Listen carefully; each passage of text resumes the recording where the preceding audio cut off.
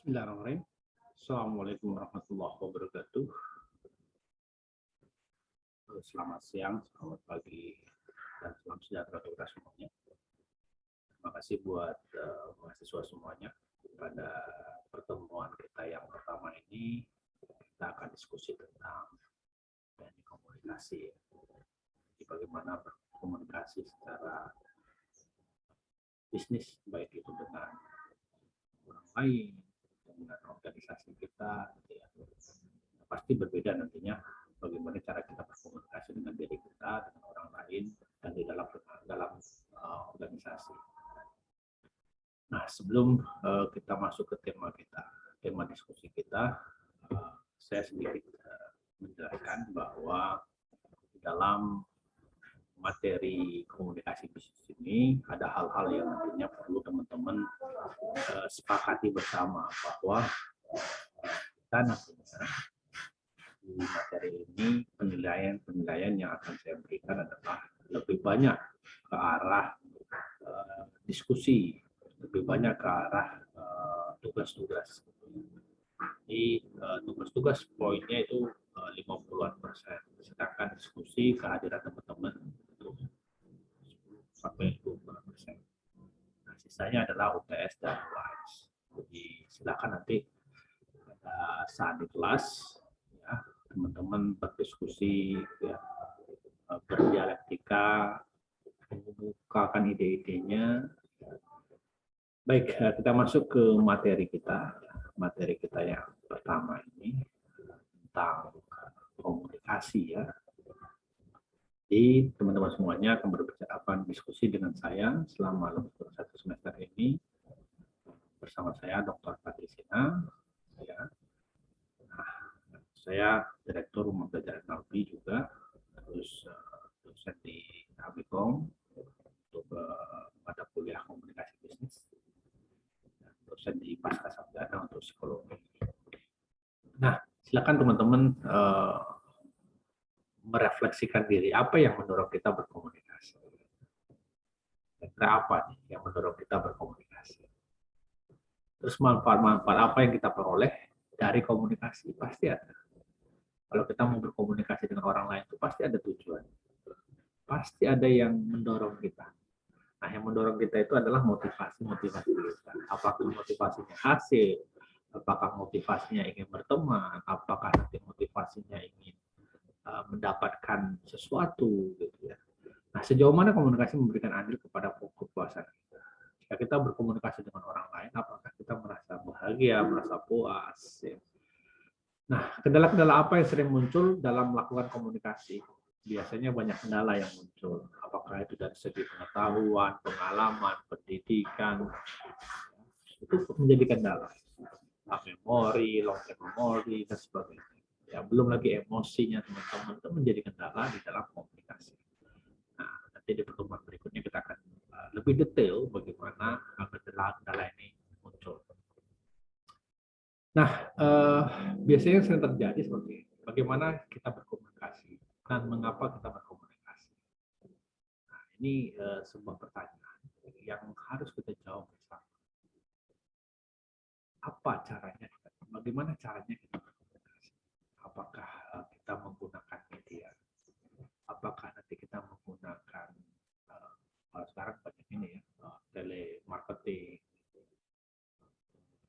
internet, email, dan sebagainya. Bagaimana cara kita berkomunikasi?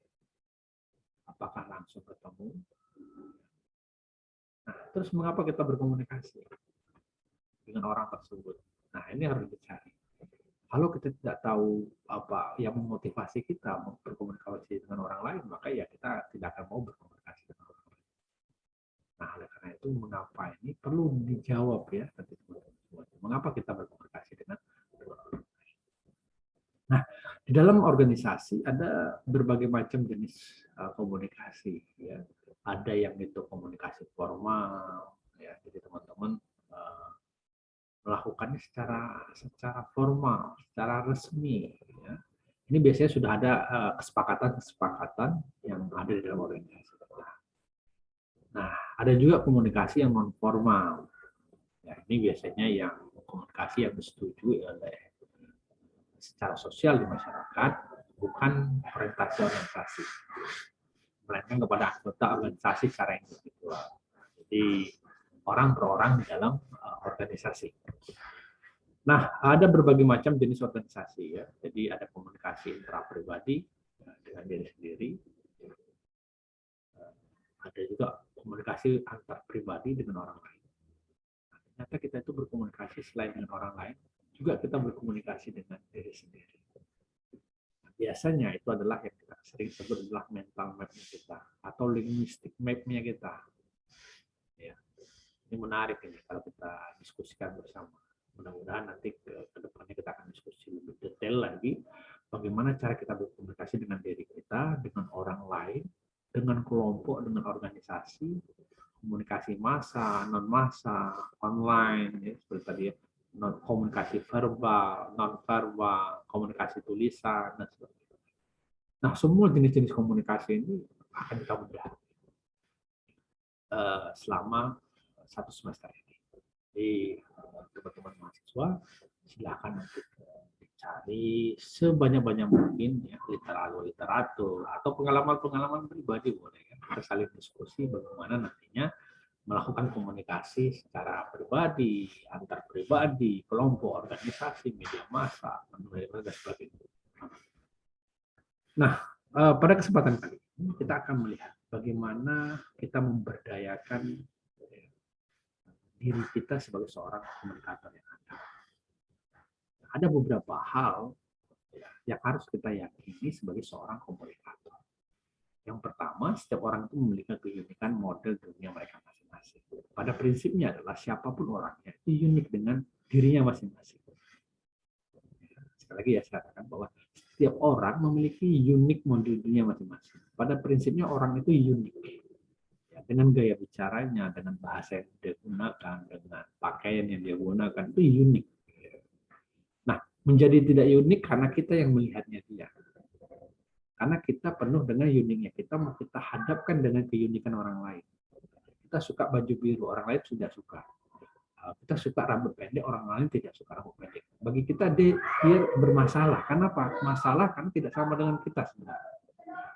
Nah, oleh karena itu, kita harus menghormati dunia mereka.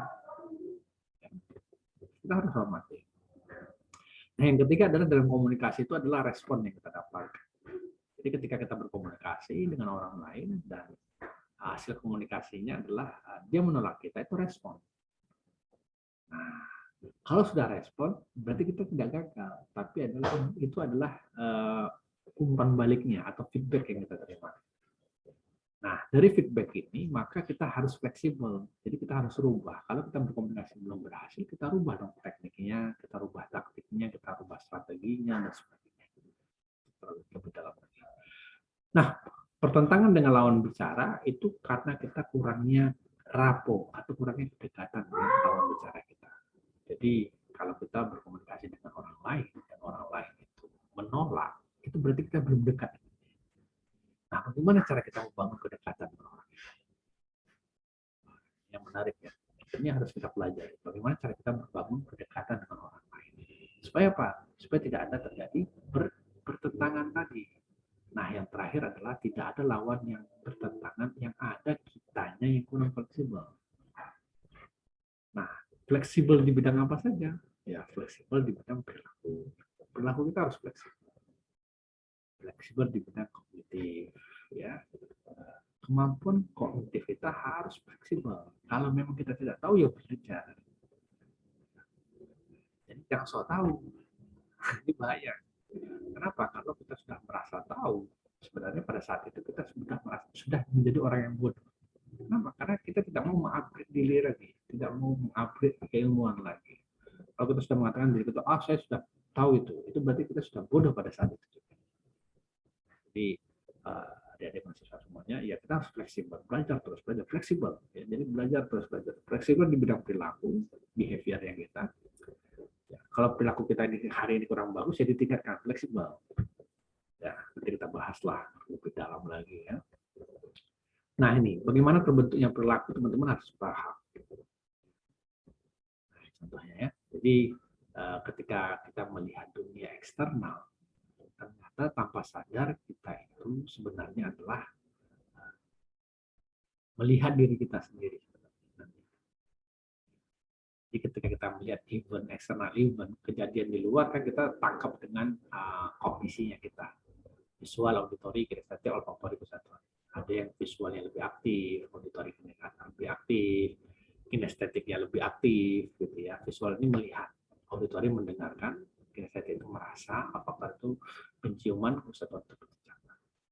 Nah, masing-masing orang memiliki sensor yang berbeda. Ketika kita masuk ruangan, kita bilang, wah, bagus sekali ruangan ini. Kita bisa.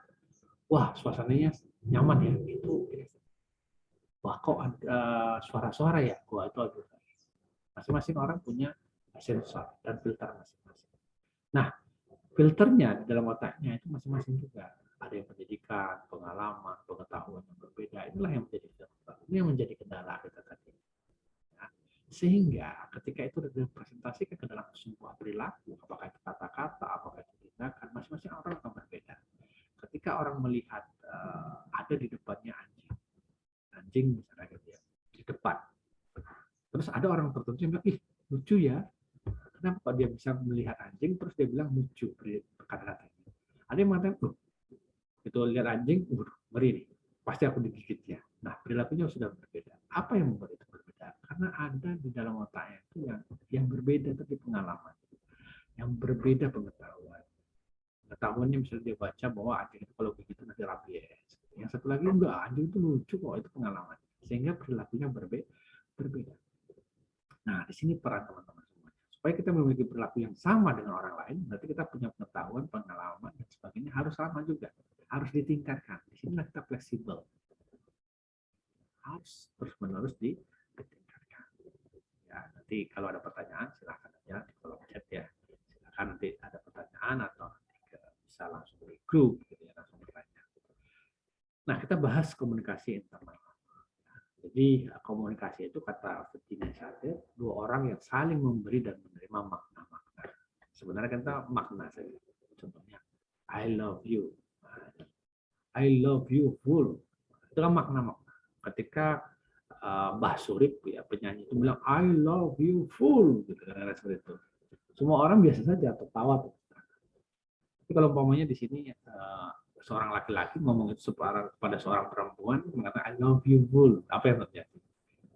Nah, ini kan makna-makna, ya. Sedangkan interpersonal adalah segala sesuatu yang kita gunakan ketika kita berkomunikasi langsung dengan orang lain. Itu adalah interpersonal. Nah, dalam komunikasi tadi saya bilang kita memiliki yang namanya modalitas atau panca indera. Ya, visual, auditory, kinestetik, olfaktori, gustatori. Masing-masing orang punya yang namanya the system, ya, yang paling inilah ya, yang paling dominan dari diri itu, ya, sistem itu. Ya. Jadi ada disiplin itu paling dominan, apakah visual, auditory, kinestetik, olfaktori atau gustatori. Walaupun yang sering tampak itu ada 3, visual, auditory, kinestetik. Dan dari visual, auditory itu masih ada lagi orang itu yang visual, ada orang itu yang auditori, ada orang itu yang kinestetik, dan sebagainya. Nah, ini ciri-ciri. Jadi ketika kita komunikasi dengan orang lain, silakan didengar nih ciri-cirinya. Menurut pandangan saya, itu berarti dia visual. Saya dengar, itu berarti auditori. Sentuhannya hangat, itu berarti kinestetik. Wow, harum sekali. Nah, itu berarti auditori. Rasanya kok pahit ya? Nah, itu berarti gustatori. Jadi didengar. Nah, kita harus membangun kedekatan dengan orang tersebut. Jadi ketika orang itu mengatakan ke depannya Indonesia akan jauh lebih baik. Ke depannya berarti dia visual. Nah, kita harus bilang begini, menurut pandangan saya sama. Saya setuju dengan Anda. Pandangan saya bahwa memang ke depannya. Nah, itu berarti kita membangun kesamaan. Jangan dibalik. Ketika kawan bicara kita bilang begini, ke depannya Indonesia akan jauh lebih baik. Saya mendengar juga sama. Kok mendengar? Ini kita bicara ke depannya, bukan bicara pendengaran. Tapi kalau kita tahu, gitu ya, bahwa kalau bicara itu visual, maka kita dekatkan secara visual. Ya, nanti pertemuan ke depan kita coba praktik bersama ya. Nah, ciri-ciri yang lain adalah lawan-lawan visual itu adalah orang-orang yang ketika berdiskusi dia matanya ke atas, berpikir dan mengingat. auditor itu ke samping, kinestetik itu ke bawah. Jika berpikir dan berpikir. Jadi saya bilang tadi ya, jadi bagaimana cara kita membangun kedekatan dengan orang lain atau lawan bicara kita, ya bangun namanya rapport building. Rapport building itu adalah cara membangun kedekatan. Nah, apa yang dirapu? Yang dirapu adalah kesamaan-kesamaan kita. Ya. Jadi di sini ada prosesnya, rapport building. Rapport building itu teori nanti pacing building. Di dalam pacing ini ada keselarasan. Kita selaras dengan lawan bicara kita. Supaya kita selaras dengan lawan bicara kita harus membangun kesamaan, match and mirroring. Nah, seperti ya. Nah, apa yang di match and mirroring? Ya, yang di matching itu ya kita bisa bahasa verbalnya, bisa bahasa non verbal, bisa predikatnya tadi, visualnya. Nah, yang mirroring apa juga? Ya bahasa verbal, bahasa non verbalnya. Ya, jadi pilihan kata-kata atau ekspresi wajahnya, cara dia duduk, intonasinya. Misalnya intonasinya tinggi, ya kita sama aja disamakan tinggi. Itu ada kesamaan. Ya.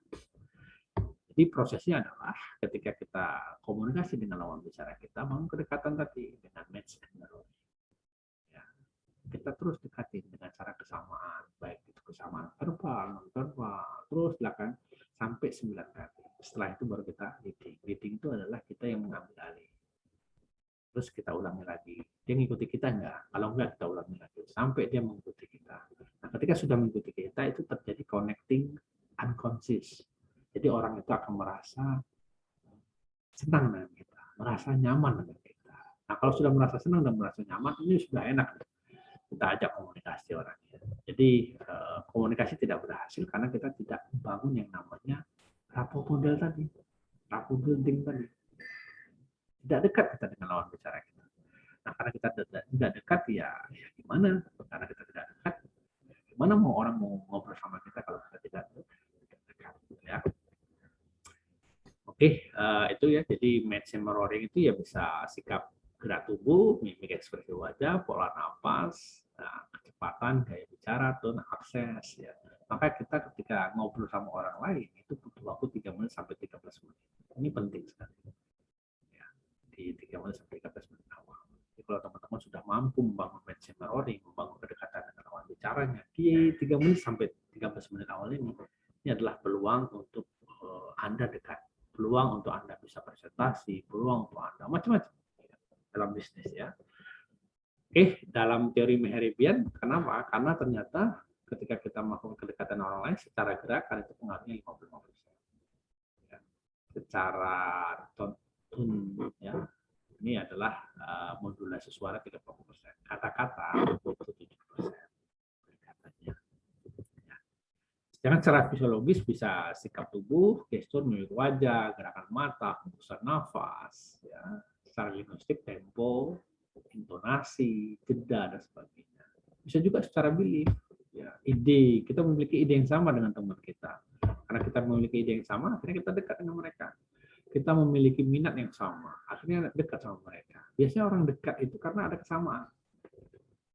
Bukan perbedaan, tapi ada kesamaan. Nah, maka itu kita harus membangun kesamaan dengan siapapun yang ada dalam sebuah organisasi supaya kita bisa dekat dengan mereka.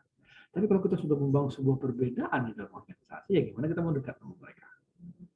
Ya, jadi syaratnya adalah rapport itu adalah membangun kesamaan, matching and mirroring.